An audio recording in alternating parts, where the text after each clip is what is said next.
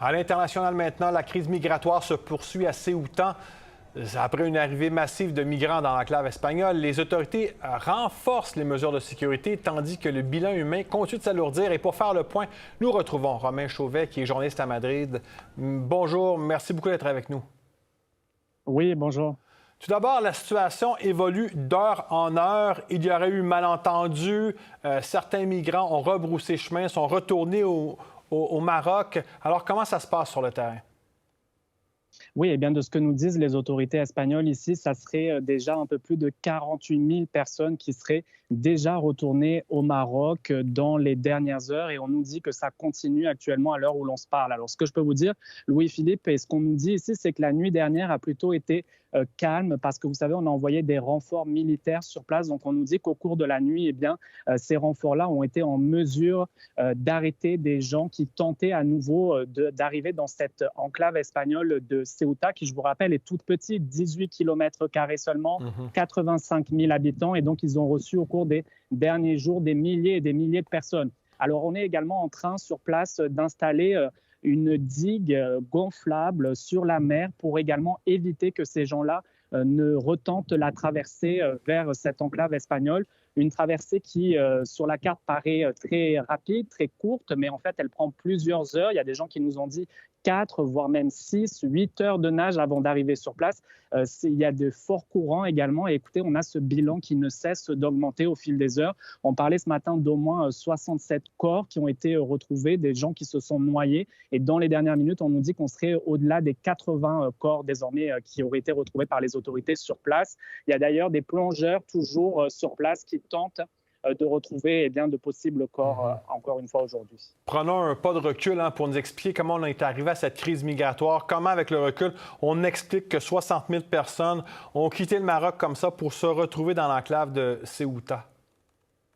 Ce que disent en tout cas les autorités espagnoles ici, c'est qu'il y aurait eu des rumeurs qui auraient circulé notamment sur les réseaux sociaux disant que cette frontière-là entre le Maroc et cette enclave espagnole était totalement ouverte. Et donc, à en croire les autorités espagnoles, tout ça aurait attiré ces milliers et milliers de personnes. Vous le voyez, ces images assez impressionnantes. On a vu vraiment pendant plusieurs heures toutes ces personnes-là arriver, ne pas cesser d'arriver finalement dans ce petit territoire-là espagnol.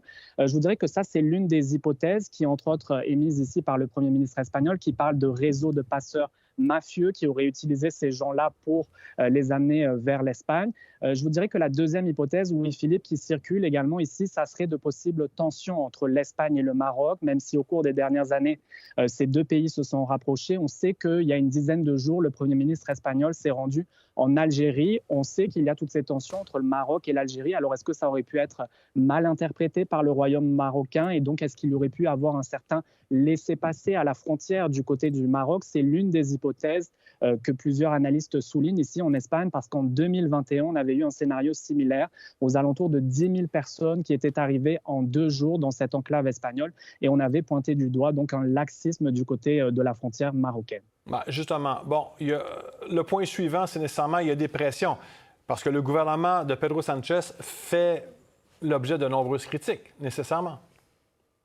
Oui, et particulièrement, je vous dirais, sur ce dossier de l'immigration. Vous vous rappelez peut-être qu'il y a quelques mois, le gouvernement de gauche ici en Espagne a lancé un vaste plan de régularisation massive des sans-papiers. On nous disait ça concernait plus de 500 000 personnes.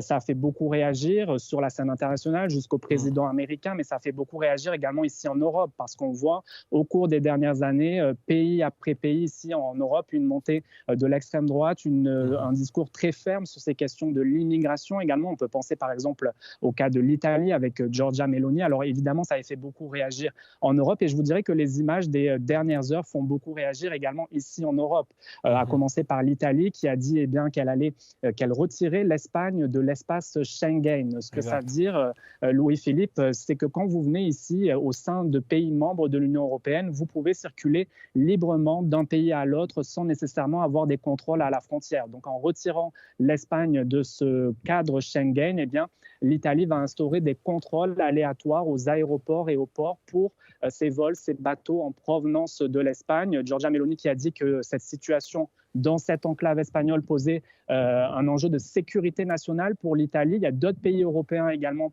qui voudraient faire la même chose, qui demandent une réunion d'urgence à Bruxelles. Mais je vous dirais que ce qu'on dit ici en Espagne et ce qu'on dit également du côté de l'Union européenne, c'est que pour l'instant, on n'a pas la connaissance qu'il y ait des gens de cette enclave espagnole qui, je vous le rappelle, est de l'autre côté de la péninsule, de l'autre côté de Gibraltar, de l'autre côté de la mer. On n'a pas connaissance pour l'instant qu'il y ait des gens qui auraient franchi cette mer-là pour rejoindre le continent européen. D'ailleurs, il n'y a pas d'aéroport sur place dans cette enclave espagnole. Le seul moyen de partir, c'est par bateau, par ferry. On nous dit qu'il y a des contrôles très stricts pour ces traversées-là. Romain Chauvet, en terminant, est-ce que vous pensez que cette crise pourrait marquer un tournant dans la politique migratoire et la gestion des frontières? Là, je parle pour toute l'Union européenne. Oui, écoutez, en tout cas, ça va avoir des conséquences. On le voit déjà ici au sein des différents partis politiques en Espagne. Vous savez que le gouvernement espagnol ici n'a pas de majorité absolue. Je vous parlais de cette régularisation massive des sans-papiers qu'il y a eu il y a quelques mois. Ça a fait énormément réagir ici en Espagne. Je vous dirais que c'est l'une des préoccupations désormais des Espagnols ici, cette question de l'immigration. Bon, on le voit dans cette enclave espagnole de Ceuta, mais on le voit également aux îles Canaries. On le voit un peu partout à travers l'Espagne. Donc oui, on va avoir des élections dans les prochains mois, normalement l'année prochaine, en 2027. Les sondages ne sont pas très bons dans les derniers mois pour le Premier ministre actuel, Pedro Sánchez. Alors ces images, pour lui, ça va être difficile, je vous dirais. On va surveiller maintenant les prochaines heures et les prochains jours, parce que je vous disais, plus de 48 000 personnes qui sont retournées au Maroc, mais il en reste encore plusieurs milliers dans cette enclave espagnole, notamment des mineurs. Et vous savez que pour ces migrants mineurs, ce sont des procédures d'immigration différentes. Alors, quelle sortie de pistes de solutions vont mettre en place ici les autorités espagnoles? Ça sera à surveiller et ça aura évidemment, on l'imagine, un impact sur la politique également ici en Espagne. Romain Chauvet, journaliste à Madrid, merci beaucoup pour toutes ces explications. Plaisir. Au revoir.